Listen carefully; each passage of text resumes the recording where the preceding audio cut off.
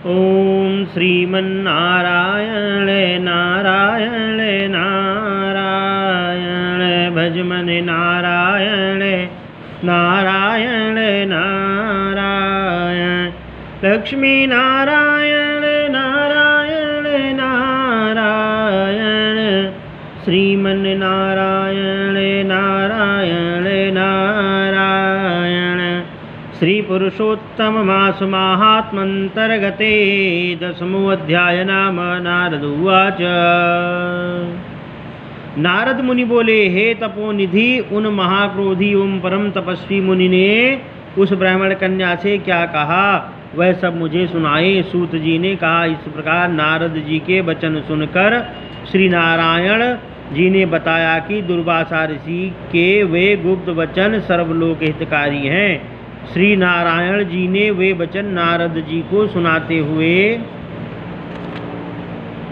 कहा कि कृपाल मेधावी ऋषि ने ब्राह्मण पुत्री के दुख निवारणार्थ जो कहा वह इस प्रकार है। दुर्वासा ने कहा, हे सुंदरी, बहुत गुप्त बात कहता हूँ। हे शुभंगे, अब आने वाला तीसरा महीना पुरुषोत्तम मास है। उसमें तीर्थ में जाकर स्नान करने से मनुष्य बाल हत्या के दोष से मुक्त हो जाता है। हे सुंदरी, इससे अधिक कार्तिक आदि महीने भी नहीं हैं। सब महीने, पक्ष और पर्व आदि पुरुषोत्तम मास की 16वीं कला के भी समान नहीं हैं। वेद शास्त्र के समस्त साधन इस मास के 16वीं कला से भी समानता नहीं कर सकते। गंगा के 12,000 वर्ष तथा गोदावरी के एक समय के स्नान था। सिंह में बृहस्पति में एक बार स्नान करने से जो फल प्राप्त होता है वही फल, हे सुंदरी, किसी भी स्थान पर एक बार स्नान करने से इस मास में प्राप्त हो जाता है। इसमें दान, तप, जपादि करने से मनोकामना पूर्ण होती है। इसलिए श्री कृष्ण के प्रिय इस मास को तुम भी सेवन करो। ऐसा कह करके दुर्वासा बोले, मनोकामना पूर्ण करो, मैं भी इसे पुरुषोत्तम मानकर सेवन करता हूँ। हे शुभंगे, इसलिए तुम भी इसका सेवन करो।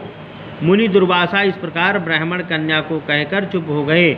श्री कृष्ण बोले, दुर्वासा के वचन सुनकर मूर्ख कन्या क्रोधित हो कहने लगी, हे ब्राह्मण, आपके वचन मुझे पसंद नहीं है। माघ, कार्तिक एवं वैशाखादि मास सेवन करने पर क्या इससे कम फल देने वाले हैं? शिव, पृथ्वी, सूर्य, अंबिका और गणपति की सेवा पूजा क्या उससे कम फलीभूत है?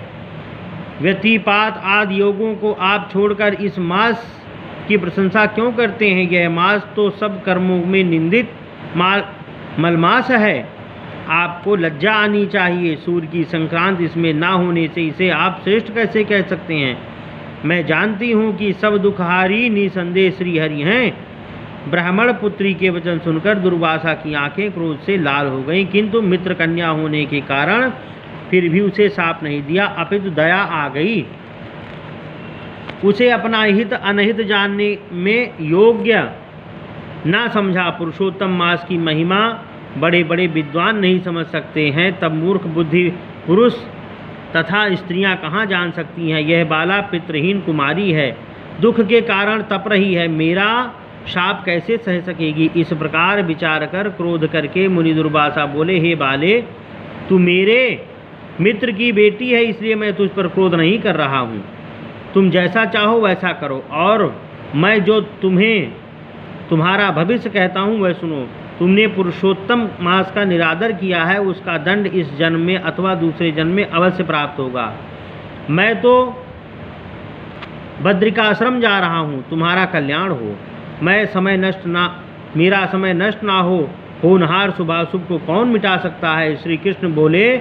इतना कहकर दुर्वासा मुनि वहाँ से उसी समय चले गए, और वह कन्या पुरुषोत्तम मास की बुराई करने के कारण तेजहीन हो गई। तब बहुत देर तक कन्या ने सोच विचार कर शीघ्र प्रसन्न होने वाले पार्वतीपति शिव पूजन करना निश्चित किया, और निश्चय करके मेधावी की पुत्री ने उग्र तपस्या करने का विचारा। सूत जी बोले, इस तरह उसने महामुनि के वचन को निरादर का निरादर किया और बहुत फल देने वाले लक्ष्मीपति एवं सावित्री ब्रह्मा का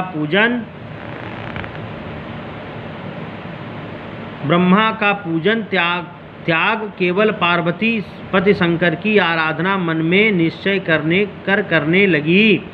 श्रीमन नारायण नारायण नारायण भजमन नारायण नारायण नारायण लक्ष्मी नारायण नारायण नारायण भजमन नारायण नारायण नारायण।